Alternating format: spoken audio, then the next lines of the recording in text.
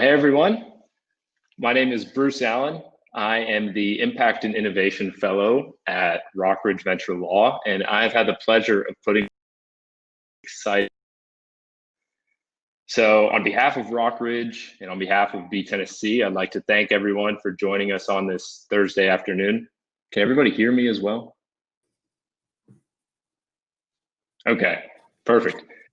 Well, I'll explain. Thanks, Jonathan. I'll explain a little bit about B Tennessee and then I'll get us kicked off. So B Tennessee is an initiative launched last year by Tennessee B Corp companies whose mission is to further corporate social responsibility efforts in the state. While B Tennessee is comprised of B Corp companies, we don't want to limit our engagement or events to B Corps. In fact, that's why we've invited you all here today, to showcase the diversity of industries and regions within our great state of Tennessee, where business is being used as a force for good. Well, given the state of our country, I think it's a timely moment for a panel like this. And it's a conversation that's long overdue. And I hope that it sets the stage for many more conversations in the future about how the private sector can enable positive change and push forward things like social equality, environmental sustainability, and responsible corporate governance. Eventually, we're going to reach a point when CSR is no longer a distinguishing element of a business. B Corp certification or not, it's going to be the default way of business operations. But we're not there yet, and it's up to us to keep pushing forward. So I hope you enjoyed the virtual networking session, and I hope you enjoy this panel of fabulous speakers who are working to advance CSR initiatives in our region. I'd also like to give a shout out to Lunchpool for hosting and sponsoring this event. Honestly, I wish that the virtual networking session had lasted a little longer. I've been in way more virtual conferences lately than I would like, and Lunchpool has consistently been my favorite. So now I'd like to introduce our moderator, Miss Emily Landry. Emily is completing her PhD at the University of Tennessee with a dissertation focused on social entrepreneurship in the B Corp movement. She has been a graduate research assistant for the past 5 years with UT's Green Economy Initiative, where she gained an appreciation for the role of public-private partnerships in addressing sustainability challenges in the Southeast. She also teaches classes at UT on research methods in entrepreneurship, and she is on the founding board of the B Academics Nonprofit Association. I've asked Emily to facilitate this panel today and keep us moving through a packed agenda of amazing speakers. And now I'll hand the floor over to her. Thanks, Emily. Thanks, Bruce. And thank you, Kevin. And let me say that this is really a highlight of my week, getting me out of my dissertation dungeon for a few hours. I've really been looking forward to this. When Kevin contacted me to facilitate this event, I was really glad to see something like this was in the works. And with well over 100, I think we hit 150 at least registrations this morning on pretty short notice. It really is a testament to the momentum that's gathering around the business community to address sustainability challenges in the Southeast. So thank you to all the participants for taking time to join this panel. And thank you so much to our panelists for putting their expertise and experiences forward so that we can all learn and build on the collaboration and the interest that's already here in our region. We have a great lineup of 4 speakers for you today with a lot of breadth and depth of experience. And we're going to give each speaker the floor one at a time for about 10 minutes uninterrupted. And then we'll have about 3 to 5 minutes after each speaker for a question or two. We pulled some of these out ahead of time from the pool of questions that we got from the registration submissions. And so as we go along, if there are additional questions that come to mind, you can feel free to put them in the chat and we'll add them to the larger pool of questions, but we can't guarantee that we'll be able to bring them to the floor in real time today. So I am very pleased to introduce our first panelist, Jonathan Ingram. Do we have him yet on the with speaker privileges. There he is. Great. Hi, Jonathan. So Jonathan has spent the last 12 years as an experiential educator in high schools, colleges, and in the professional sphere. He's currently the executive director of the Chattanooga Fellows Program, which is a 9-month fellowship that equips recent college grads to faithfully find their vocation, commit to their community, and practice civic responsibility. Jonathan joins us to explore the role that the faith community can play in addressing and influencing corporate social responsibility. So welcome to the panel, Jonathan. I'm going to begin a timer now for about 10 minutes. And at the 9-minute mark, I'm going to give you a 1-minute wrap-up warning so that we can move into the Q&A portion of your talk. Thank you so much, Emily. I really appreciate the introduction. B Tennessee, thank you so much for inviting me to be a speaker today and to talk about the faith community as it relates to the CSR model and movement.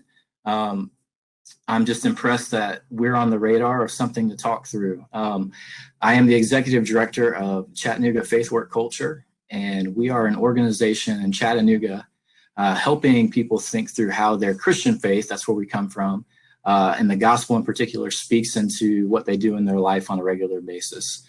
Can't believe I get to be on a panel with all these amazing organizations and the people representing them and the work that they're doing. Our mission statement at Chattanooga Faith Work Culture is to equip women and men of all ages and vocational backgrounds to see the gospel permeating every aspect of life, to live it out in their culture, and to see flourishing happening in their societies through their everyday work. We live in the Southeast, and we are also often known as the Bible Belt. And Chattanooga, if it is a belt, we're probably the belt buckle. We were voted the last few years the most Bible-minded city in the country, and that doesn't mean we have lots and lots of pastors. It means we have people that represent and identify as Christians that are attending churches and are part of communities of faith here in our city. But often we don't talk a whole lot about what that means in light of the work they do.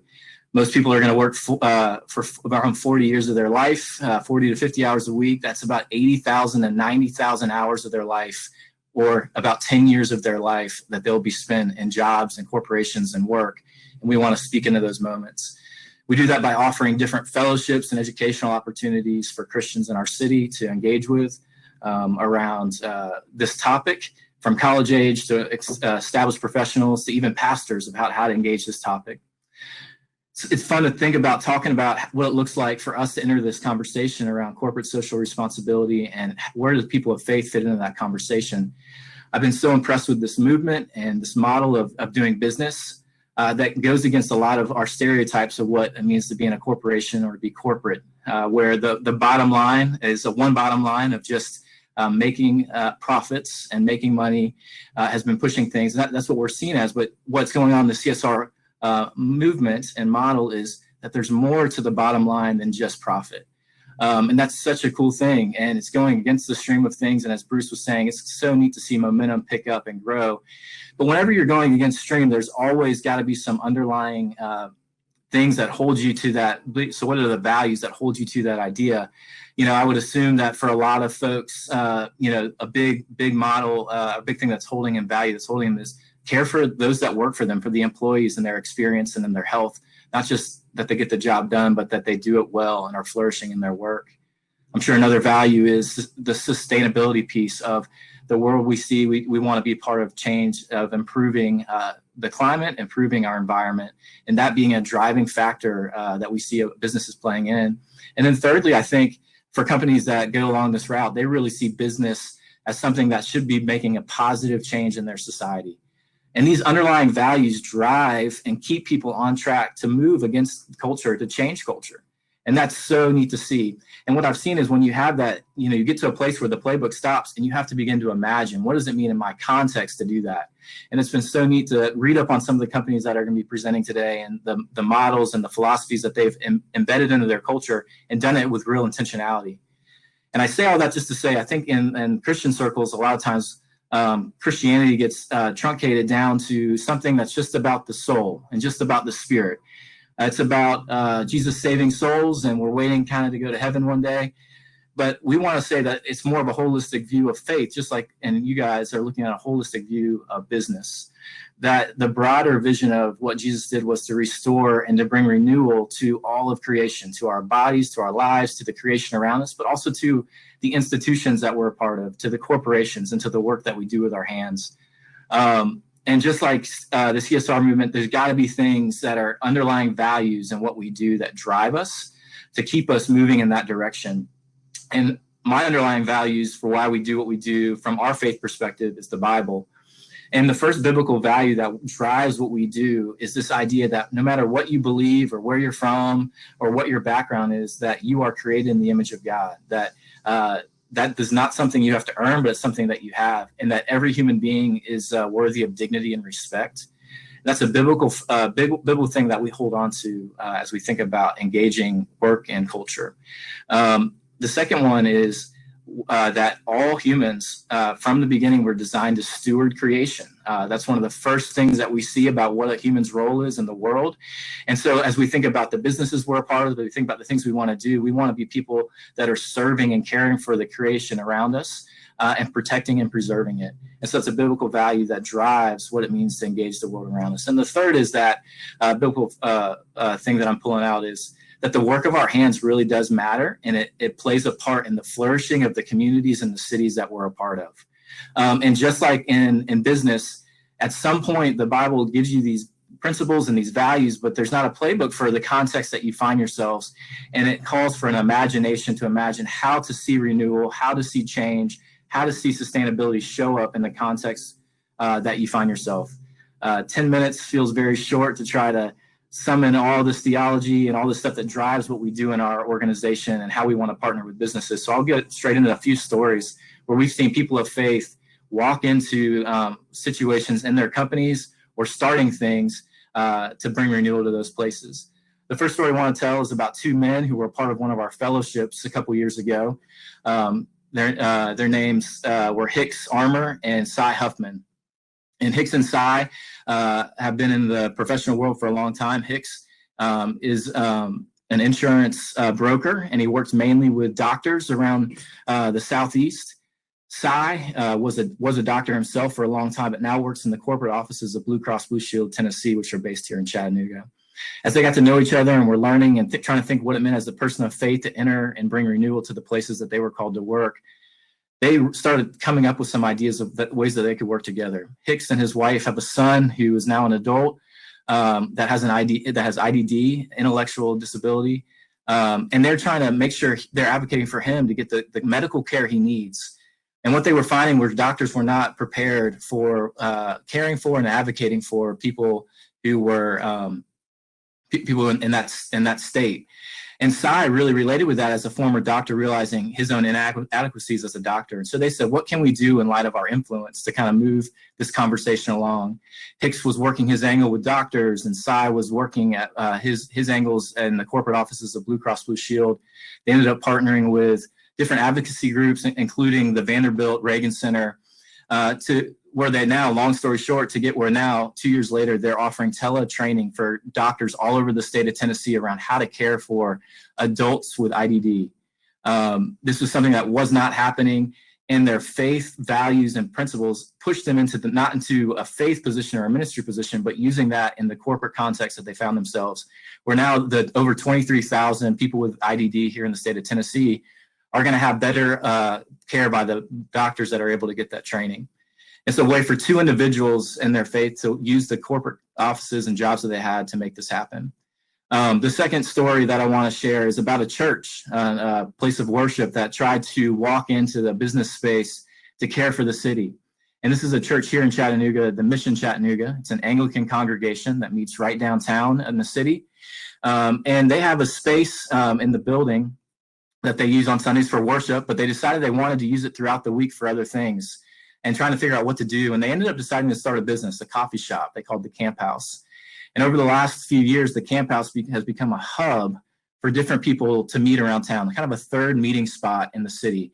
You can walk in the Camp House on any day and see a senator talking with constituents. You can see the executive director of United Way meeting with people in the city. You can see a homeless person having coffee. You can see business plans being drawn out on the table. And it's become this place to draw people together to create a space for flourishing for the city of Chattanooga. On top of that, they said, we don't want to stop there. We want to think about our hiring practices and how we're going to help the city in areas that need help. And what they decided to do was intentionally look to hire folks that were coming out of situations that were difficult or harder parts of town where their options were limited, and to provide them a chance to build some skills, to network with the people that came in the office, and build out. Thank you so much, and to build out a larger kind of touch point in the city about making change. I could give about 10 more examples here in Chattanooga. I could go for all day about examples around the country of people of faith trying to imagine what it means for them to walk into the business world and not going just thinking about souls, but thinking about actual bodies, about places, and about the creation around us and how we can be a part of bringing sustainability and bringing change for those areas. I'll stop there, though. Thank you, Jonathan. That was great. Right on time. Okay, so we have from the registration. So this says, what are some small concrete ways that houses of worship can encourage corporate social responsibility? And we kind of went into this in your example, but maybe you have time to give one more example of something like that. Yeah, so that's a big one where church really invested a lot of time into starting a business, and a lot of times that doesn't happen. That's not a thing a place of worship can do. A couple just quick examples of things that people have done in other places is to promote this is one, they have to teach it. They have to let their congregation know that what they do 9 to 5 is important to their faith. Along those lines, providing opportunities for people to live into that. So one example is churches that have created co-working spaces in their buildings throughout the week for companies that are starting out for low rent or no rent at all, to begin companies that are going to be looking for the common good of society and giving them space to do that. Another one is really simple and silly, kind of might sound, but even where churches, a big thing at churches is getting coffee, and a lot of churches are known for really bad coffee.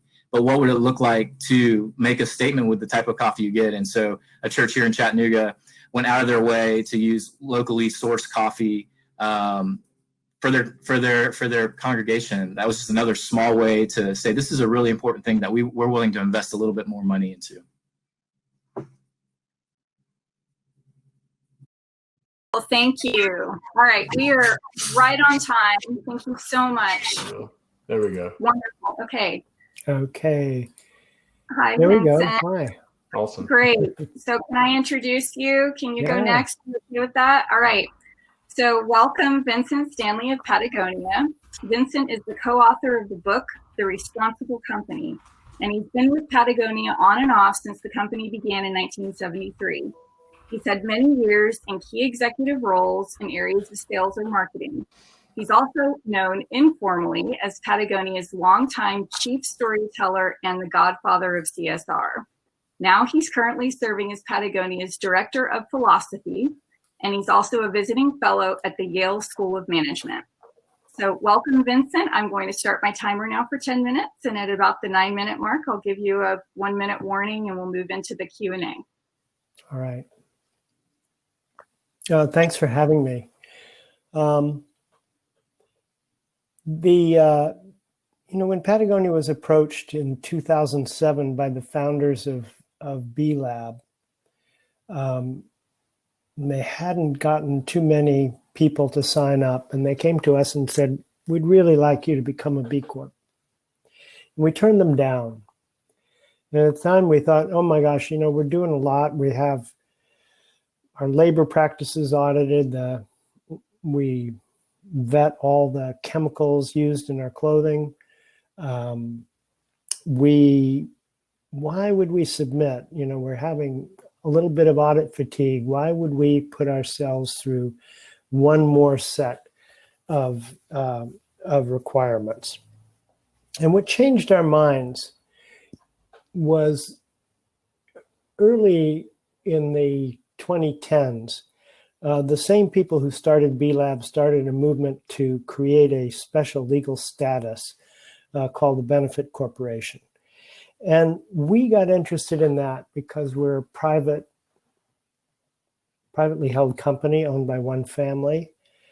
And one of the thoughts the owners had was, when we pass the company on to our kids, and at some point they want to sell, how do we make sure that the values that we've worked for the past 30 years get enshrined in some ways into the business? So we were very interested in this, and we decided to become a benefit corporation, and we also decided to become a B Corp.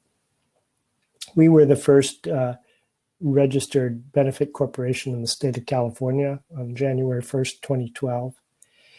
But we learned that the benefit of becoming a B Corp was a lot stronger than just being a part of being a benefit corporation. The B impact assessment is actually the only look we have, the only holistic look we have at all our practices on how we affect all our stakeholders, from employees to customers, to the communities we operate in, to nature itself. Everything else we look at tends to concentrate on one aspect of the business, on what the chemicals are in our textiles, what the labor practices are. But the BIA gives us a look at the company as a whole. And it's been progressive. So we've gone through our fourth assessment. And what happened to us is we learned from each assessment where we fell short and where we could make improvements. And it created a kind of internal competition to create improvements to get our score up. And even though we know the score, the number is not as important as the work that actually goes into thinking about things as a whole, nevertheless, people focus on numbers pretty quickly, and it gives them the impetus to make changes. It also creates there's a funny kind of virtual competition with other B Corps. We are, I think, 151.5 or something like that on a scale of 200, considered pretty good in the B Corp community. But Dr. Bronner's, the soap company, has a score of 175, and we look at that and we say, what are they doing right that we're not doing? How do we get our score up to theirs?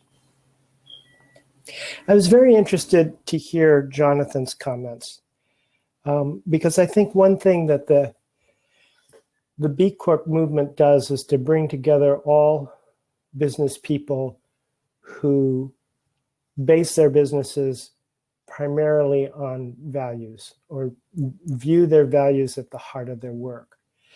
It's interesting to me that in nearly every state that has adopted benefit corporations, there have been Democratic and Republican co-sponsors. That what we're looking at in terms of values are some of the most universal values that human beings hold. I mean, I think Jonathan spoke of dignity and respect as something that is inherent in every individual, and in every human activity. That respect for dignity really has to come into play. One of the things that interests me about values that are shared, that transcend in some ways politics or transcend religious associations, is to go very deep into the question of where the shared values are. There's a wonderful woman named Monica Sharma who worked for 18 years at the UN. And she tells a story about working with people in Egypt, and they persuaded the Imam of Cairo to declare a fatwa on female genital mutilation. And they were able to persuade him to declare that this mores that was deeply ingrained in the culture was a violation of more deeply held values, and that therefore he should declare a fatwa and he should persuade his community to move away from this practice. And I think when we talk about the challenges that we face right now as human beings, faced with what Pope Francis called one single crisis with two faces, and that is the social crisis on the one hand, a lack of equality, the indignity, and on the other hand, the environmental crisis, which is manifesting itself more regularly every year. And in order to deal with these challenges that are going to face us and mostly our children and grandchildren for the next 10, 15, 20, or 30 years, it's really important that business, as the third leg of the kind of social stool, along with NGOs like churches, along with government, actively pursue solutions to the big problems we face. And I think that the B Corp movement gives us a framework for locating what the universal values are, for acting on them, and for making improvements as we go along. Now, the other thing I think that's really important is that the B Corp movement, although it's an international movement now, really spreads at the local basis. And I've seen this happen in communities like Grand Rapids, where again, the business movement is actually led primarily by faith-based businesses. I've seen it in Phoenix. I've seen it in Bellingham, Washington. I've seen it in Parma, Italy, where one company became a B Corp, a shampoo and skincare company that then influenced the largest company and the largest pharmaceutical company in Italy to become a B Corp, which influenced the largest pasta maker in the world, Barilla, to start to investigate becoming a B Corp. So that is the other value of this, that it is not, that it is, comes from the ground up, that it is being built in communities all over the world, including in Tennessee. So I think with that, I'd just like to open up for questions, and both from the moderator and from you folks.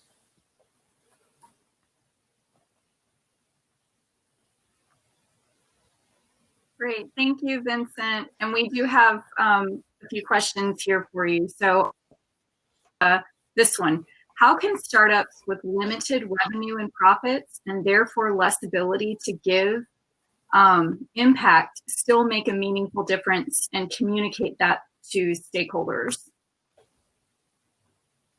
Well, I think it's actually better to start to lead with your values when the business begins. I mean, Patagonia didn't do that. We didn't have any sense in 1973 when we started of the possibility of these kinds of responsibilities that we later assumed.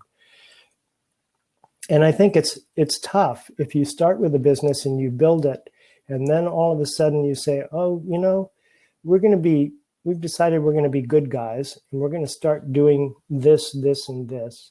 And you start talking about costs that perhaps your investors hadn't anticipated, or you talk about activities that your employees had no idea you were interested in.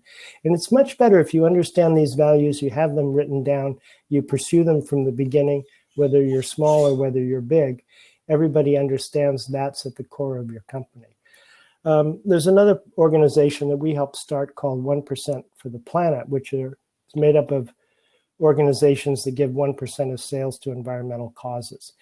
Well, you know, if you're a $100,000 business, you can give 1% of that to, and if you're a $1 billion business, you can give 1% of that.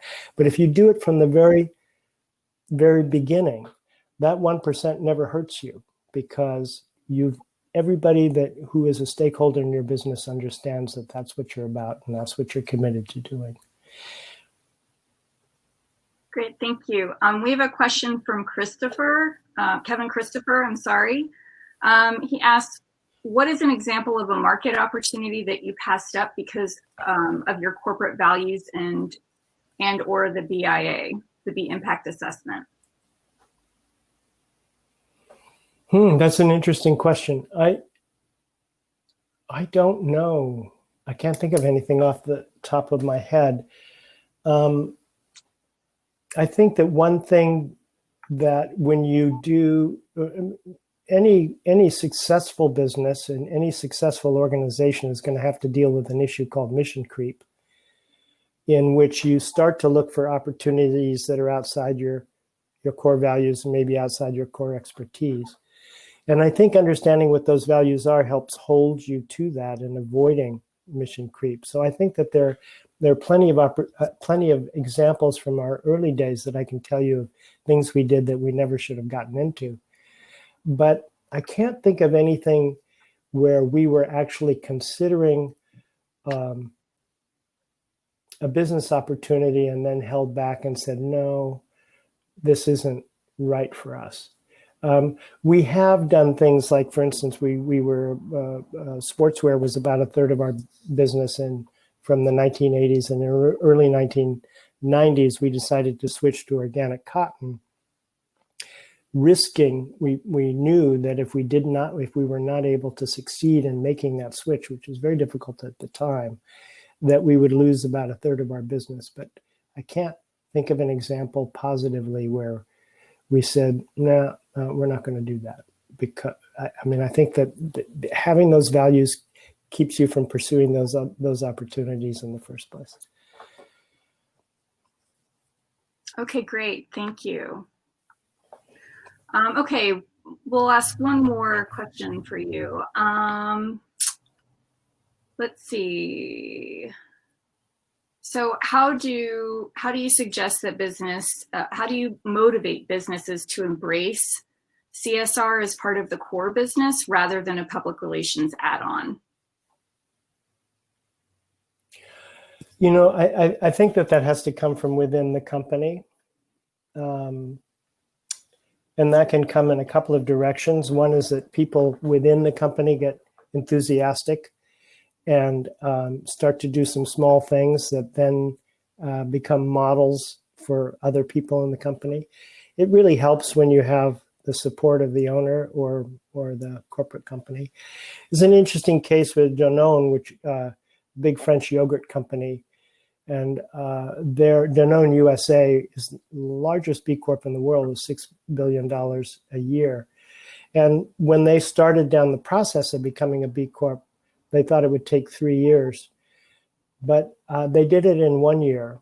And the woman who spearheaded, Lorna Davis, who spearheaded the effort, said she thought it was the commitment of the younger employees, that they felt so strongly that they should do this, that they helped bring the company around in that time. So I don't think you can persuade people from the outside except negatively. I mean, if you're, I think and I can give you 9 business arguments for becoming a B Corp, from reputational risk to driving innovation to engaging younger employees, et cetera, et cetera. I still think that people become B Corps on the basis of values and not on the basis of business motivation. Okay. Thank you very much. I wish there's so many other questions that I wish we could bring to the floor right now, but we're in the interest of time. We're just going to keep moving. But thank you so much for your insight. Well, thank you for spending time with us today. All right. Thanks. Take care. Okay. So next, we'll see if we can get Ryan up on the floor. Testing. Yay! Hi, Ryan. All right. I'm ready to rock. We hear you. We don't see you now. There we are. Okay, great. Take it away. Okay, well, that was a great, I think, lead in to a lot of the similar thoughts that I have right now. Is that I'm going to talk a little bit about what we've done at the Bailey Company and what we are doing at Cumberland Kayak, my 2 businesses. But a lot of it really does center around shared values as well, and trying to find those in our employees and in our customers and in our suppliers. So it's around that, and I guess just believing in people that they will, that ultimately most people want to do, have a good impact on the earth. and on each other. And so trying to encourage and foster that and tap into that is always important. So kind of like Patagonia, the Bailey Company was formed in 1949 by my grandfather. So we're a third generation family business. We did not, like Patagonia, we did not start out with any environmental objectives that I've ever heard of. I wasn't around at the time, so I have no idea. But we were a forklift industry. We're in the forklift industry. We're not a very people don't view us as a green industry. We're not a very sexy industry. So it is a bit of a shock. I think by the time you hit second generation, my dad and my aunt were both a little more, they obviously, my dad raised me. So, there was a lot of nature growing up and talking about that, how we could impact the world. So as we've hit the third generation, it's become more of a focus. So the Bailey Company, in about 2010, we started really focusing on environmental efforts. And that has kind of grown. On Cumberland kayak side, like Vincent was saying, I had the same opinion. It's a lot easier if you just start out embedding your environmental objectives into the core of the organization. So I was able to do that with Cumberland Kayak from the start, but with the Bailey Company, it was a bit of a culture shift. And we started out at the Bailey Company converting all of our lights to LED.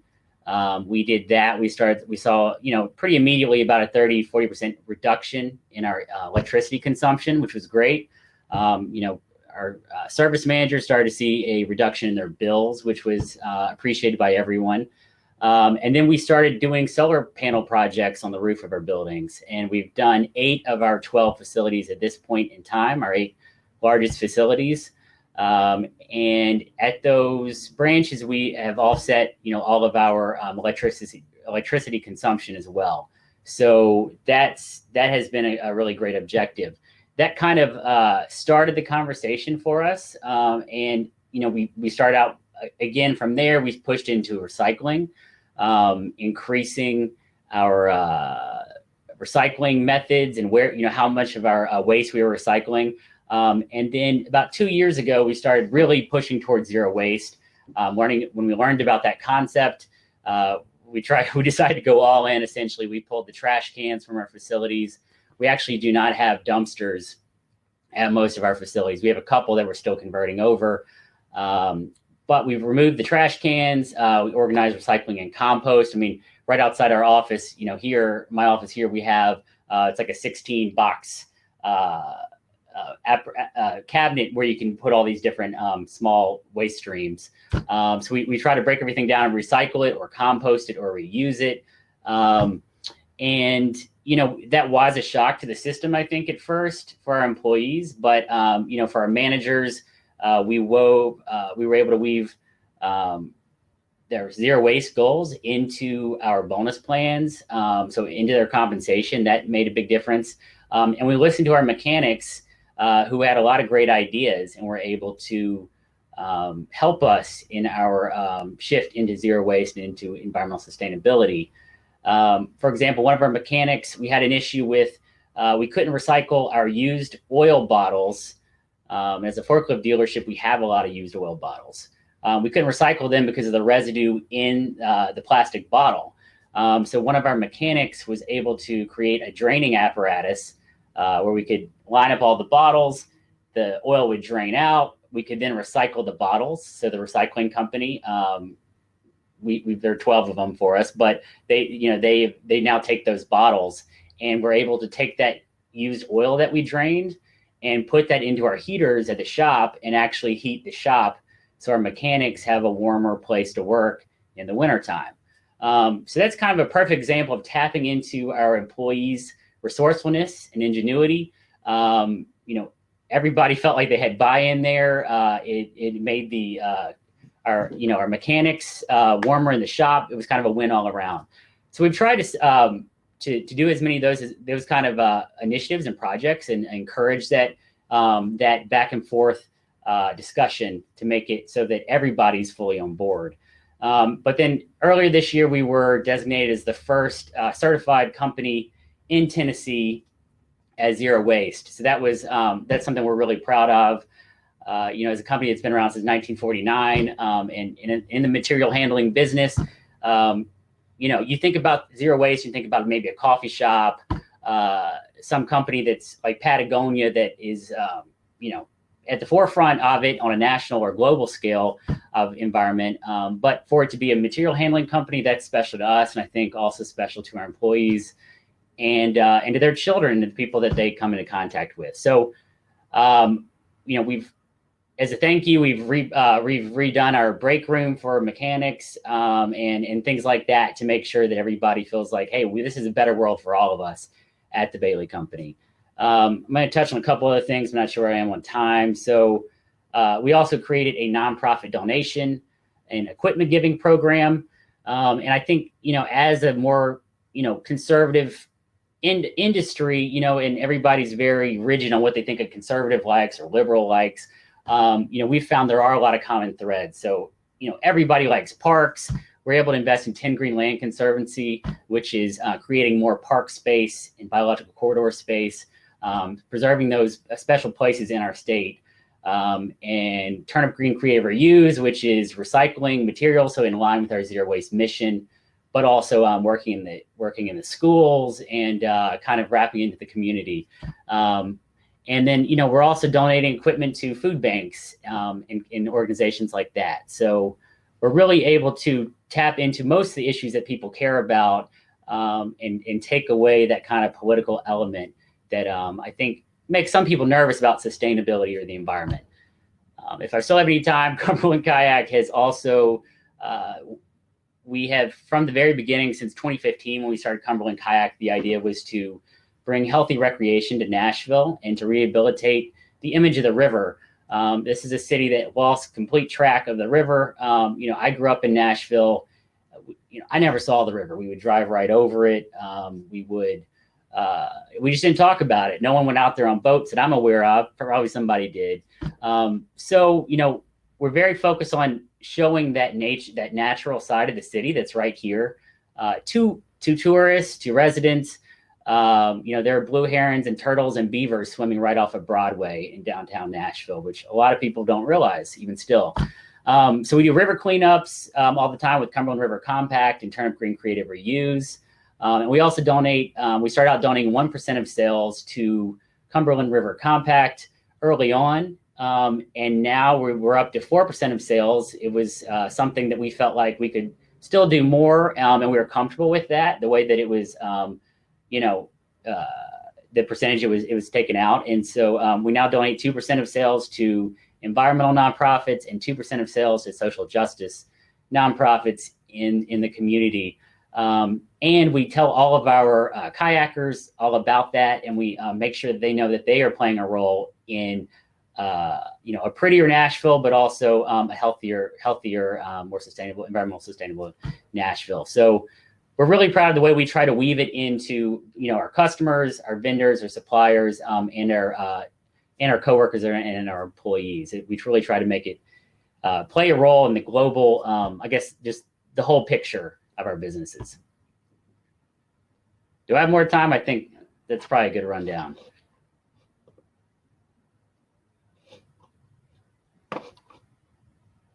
You actually ended right on time. Thank you. Okay, so question for you is, 1 second. So when you have to choose between profit and social or environmental mission, how do you make those decisions? I think that's a tough, I don't think that's it doesn't really come that regularly where it's like, we got to destroy the earth or, make some money. We've found that for the most part, all of our initiatives are resulting in more sales. It's a great marketing sales tactic for us. Mentioning that, we're able to brand our vans and that kind of thing, zero waste. On the kayak cleanup side, on the kayak company side, we made it very clear from the beginning we were not going to pursue any kind of activity that was not in line with our objectives. I think on the forklift side, we're obviously supplying some very big accounts, so it's a little more difficult. I don't think, we take the stance. I mean, it's not on us to say, hey, every single company has to be an environmental company. We're not going to provide a forklift to them. I think what we are able to do, though, is when we are speaking with a customer, we're able to tell them about our zero waste initiative, offer them a tour of our facility, and try to tell them, I guess, that, hey, you can be a material handling forklift company and still be zero waste or still have solar panels. And really, we're trying to educate folks as well, I guess. So we have a question about composting, and congratulations on the zero waste accomplishment. How do you implement composting? Do you have a vendor that picks it up, or do you use it for your business landscaping, personal use? How does all that work? Yeah, so it depends on our branch. So, you know, in Nashville, we use the Compost Company, which is a great local composting company. They pick up at every branch, or they pick up once or twice a week, depending on what you'd like. And we have very big, I think it's like a 65-gallon bin for that. So that's been really easy in the summer. If like, you know, it's kind of starting to smell or there are a few fruit flies or something, we'll just up it to 2 times a week. At other branches, we have a couple of branches like Cookeville, Tennessee. I think one of our mechanics is a farmer, and they take the compost to their farm. And then we're trying a Zero food recycler also in Nashville, which supposedly will take your food and recycle it in 24 hours in a garden soil. And so we're going to try a raised bed or something like that in Nashville as well. Great. Okay, we just have one more question. Actually, it's kind of a combination of 2 questions. So can you speak more a little bit about sustainability beyond environmental stewardship, and maybe connect that to how do you use these values in hiring and tips on creating an inclusive environment within the company culture? Sure. Well, I think like I was saying, I think the environment, you know, we really try to boil the environment sustainability down to parks and recreation and living healthier, and education in schools. And so I think we definitely try to make sure that our environmental efforts are being looped into our nonprofit efforts, and that everybody feels like they have a role. It's not something that it's just, you know, executive leadership is going to push this down. It's something that everybody has a say in, everybody has a role in, and, you know, trying to do some, you know, words of affirmation and talk to other folks and say, hey, we really appreciate you doing that. Or, you know, and trying to encourage folks. I guess it should be a positive movement for us. And I think in hiring, yeah, I mean, I think if that was the question, you know, we're a woman-owned business. So that is something that, you know, I think for mechanics, most mechanics are male. I mean, that's just been our experience. So, you know, I think that's something that is trying to, yeah, it'd be great to find more female mechanics or female sales reps. You know, we definitely tried to lean into the woman-owned business side as much as we can, and we would love to continue to grow in that side. You know, I did the Peace Corps in Costa Rica, so I speak Spanish, and we've recently created a Spanish website. You know, that's something we really want to evolve. We've been here since 1949.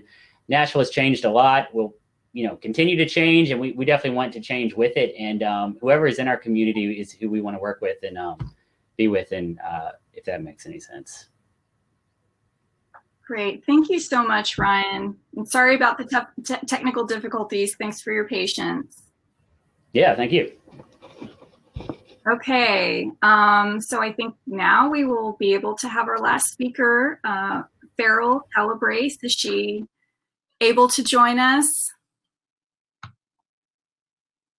Yay! Hi, Farrell. Hey guys, we got it sorted out. Thank you for your patience. This is great. I'm so glad it worked out for you to join. Yeah, me too. Thank you so much for having me. Giving you an introduction already, so I'll just let you take the floor. Wonderful. Well, sorry everyone for the tech issues, and thanks for hanging in. I'm gonna be honest, it's a little weird to watch myself talk. So anyway, everyone's having a great day. Just wanted to introduce myself quickly. Farrell Calabrese, I got a great intro, but I've been with Eastman for 12 years. And my career's kind of zigged and zagged. I have a background in leadership, design, strategy, communications, and all of that's really come together as I've joined the sustainability team. So I've been on the sustainability team for the corporation for just over 2 years. We work horizontally across the company, really trying to embed sustainability practices across our businesses. And then obviously with our CSR teams. So we have multiple functions. We're a big company. We have 14,000 employees. So we work cross-functionally across all of our operations and within our communities to just make sure that we're doing a really good job. I also lead the sub-council for the people in society that reports into our corporate sustainability council made up of executive team membership. And I'm really proud and excited of the work we're doing there. So just wanted to kick off a little bit and introduce you to who Eastman is. I don't know if everybody knows who Eastman is. We're a very large company up in Northeast Tennessee. So we're right on the border between North Carolina and Virginia in Kingsport. And we employ about 14,000 employees globally. So we're a multinational company. We're a Fortune, I think, still 150 company. Don't quote me on that. And we're a specialty materials company. We are also known as a chemical company. And when I think about chemical company and having a B Corp group invite me here, I was really excited because I think there's just a lot of potential to talk through materials and what everything is made out of. When I joined Eastman, I had a communications and branding background and worked in higher education. And I had to really reframe how I thought of Eastman too. And when I think about chemical company, I have to think about chemistry. And chemistry to me is a really creative field. It's where you're making stuff, you're solving problems, and that's really what we're doing at Eastman. Just trying to make sure I fit everything in 10 minutes, so apologize for looking at my notes. But yeah, so we bring innovative products to the market globally. We manufacture plastics, additives, things that people use every day. I'm sure as you look around your house, there are Eastman products everywhere. So just really excited about that. And innovation is true and core to who we are. And so being on the sustainability team, we really shape our strategy around what the world's experiencing and really trying to look outside so that we can create innovations that the world needs. So some of the lenses that we use are the United Nations Sustainable Development Goals. And I was wondering if there was a raise hands feature or whatever. So if you're in the chat, if you know what that is, give a thumbs up or something. But the Sustainable Development Goals, if you don't know, and I'm going to read it so I don't get it wrong, but they were adopted in 2015 as a universal action to end poverty, protect the planet, and ensure people, peace, and prosperity by 2030. So there are tons of impact goals under the 17 main goals, and we really try to align our overall thinking and strategy with the direction of the UN SDGs. We don't intentionally maybe impact all of them. There's a lot of work. I think we touch on all of them, but we are trying to be intentional with which ones we're choosing to act upon. Another thing that we do is we really try and understand the global macro trends that we are experiencing. I would say 2020 is definitely a year of,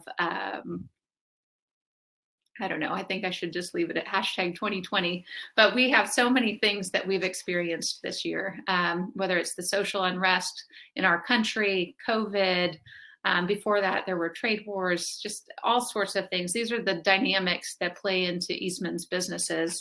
And as we look to shape our strategy for this upcoming decade of change, we're really excited because we believe that focusing on mitigating climate change, reducing pollution and waste, and really serving and supporting underrepresented communities will be pillars for us going forward.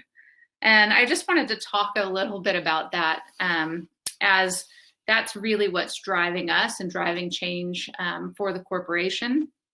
And I really think that as if we want, so we look to the future in 2030, there's going to be 10 billion people on Earth. And how do we serve a thriving community by then? And how do we look at that through our lens? And so some of the things I talked about, so mitigating climate change, we're really looking at our environmental footprint. We're looking at the resources we use. We're rethinking how we make products because we want to be able to address things and also mitigate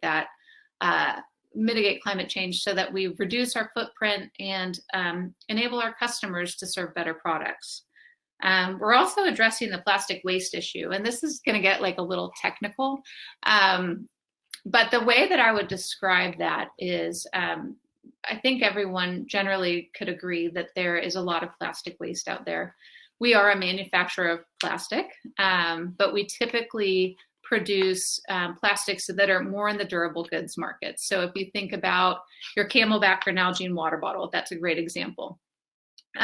What we're trying to do is really take waste plastics and put them through a process that we only have 10 minutes, so I won't get too far into the weeds on that, but really kind of put them through a process where we can unzip and rezip that chemistry. So we're taking waste plastics, single-use plastics that are out there that are being landfilled and incinerated today. We do not want to interrupt the mechanical recycling process, but we're taking those, putting them in our stream and using them as feedstocks to create new products. So really creating value for upcycling plastic, if you want to think about it that way. And we're really, really proud about that. That's launched in the last year. We have 2 different recycling technologies, and that is just something that we think will be pivotal for the company. And then, personally, I am all about a thriving society and holistically in all aspects. And building an inclusive, diverse, and just future for 10 billion people on Earth in the next 10 years is absolutely part of our strategy. As you know, that we talked about the UN SDGs, that's part of it. And as I work on work and lead our people and society team at work, it's a cross-functional team that's really looking at all the different facets of how Eastman can impact that. So whether it's the communities that we sit in, our employee engagement programs, again, our sustainability and how our businesses are thinking about social and environmental practices within our business strategies, and then all the way up to the top through our corporate strategy. So we're really excited about that. We're also welcoming a new member. We've got 1 minute left. Paula. So while I sit on the sustainability team, we do have someone that's going to work more directly with the state of Tennessee and the communities that we serve. And she is en route from Texas currently. So excited for all of you to get to know Paula when she gets here as well.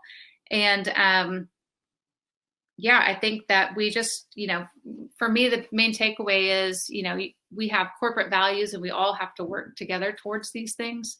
And so I think when we think about the 3 largest things that the world needs right now, it's really lining up with the Paris Accord, it's reducing pollution and waste, and it's really, fighting for social justice in all capacities. So with that, I will end it, Emily.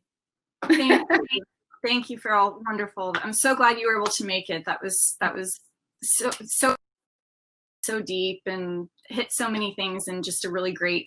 Maybe this is the better order to do anyway, because everything just built on the next speaker. So a question that someone had was, what is one thing that a lot of people talk about in corporate social responsibility, but nobody's really figured out how to do very well?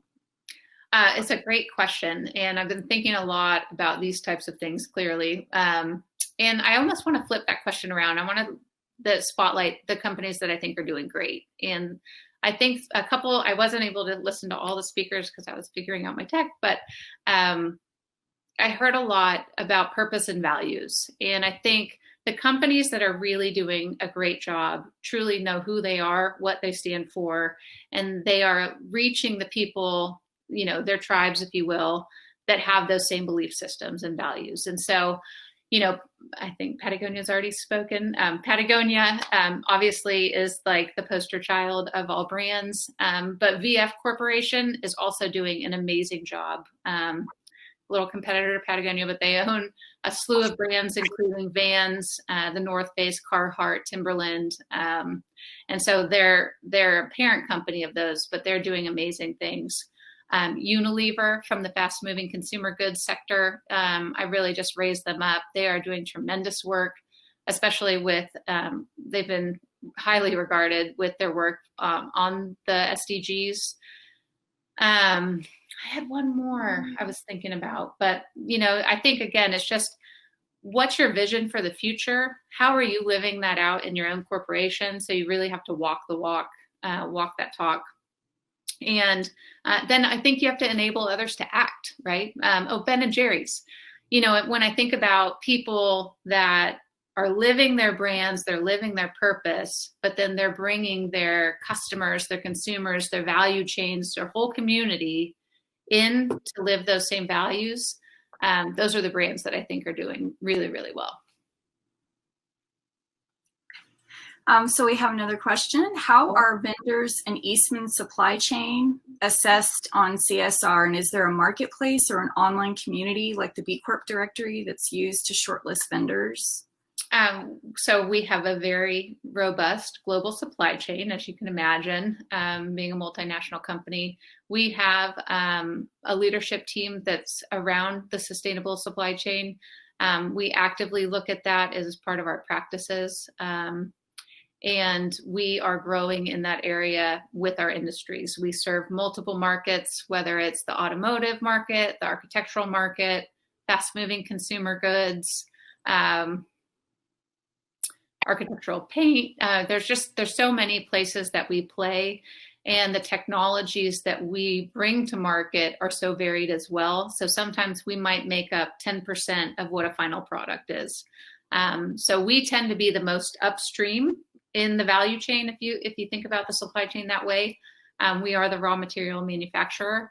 So then we really work more kind of on the downstream, all the way down to the consumer to really pull through our materials. And we hold ourselves accountable. We're really looking to make sure that our growth portfolio holistically is sustainably advantaged, or we take a leader position. And if we don't, we have an internal sustainability assessment that our team conducts for every product that we're launching commercially.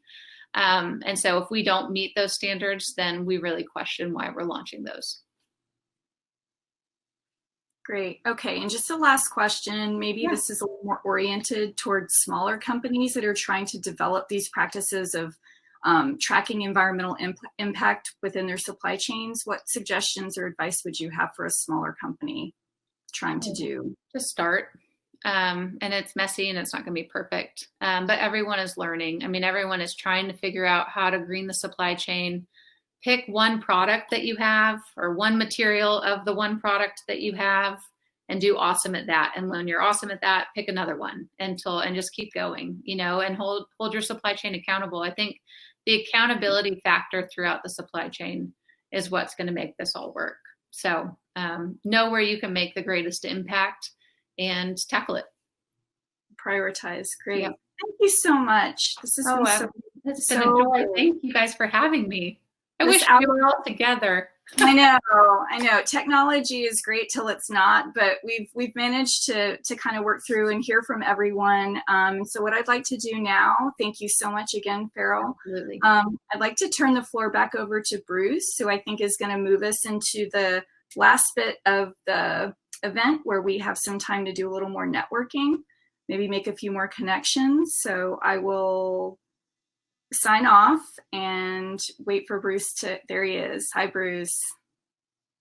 Hey, thank you, Emily. That flew by. That was fantastic. Apologies that we could not address all of the questions. We wanted to remain on track. And of course, we're still a few minutes late. But on behalf of B Tennessee, I would like to thank all of the attendees for joining us. I hope that this was both insightful and inspirational. And from rural to metropolitan locations, and from industries as diverse as faith-based to apparel to industrial and manufacturing and materials, each speaker has shown that you can do good in any industry and at any place. So a big thank you goes to all the speakers for sharing their stories about how they're working to advance our communities, our region, our country, and ultimately our world in a better direction. And again, big thanks to Lunchpool for hosting and sponsoring this event. I think you've got at least 58 now happy users. In the meantime, be on the lookout for more B Tennessee events. There's definitely more where this came from. So now we're going to cap off this event with a final networking session. Hopefully you can connect with some new faces, or if your conversation was cut off during the first networking session like mine was, then now's your time to pick up where you left off. So thank you again and hope to see you soon.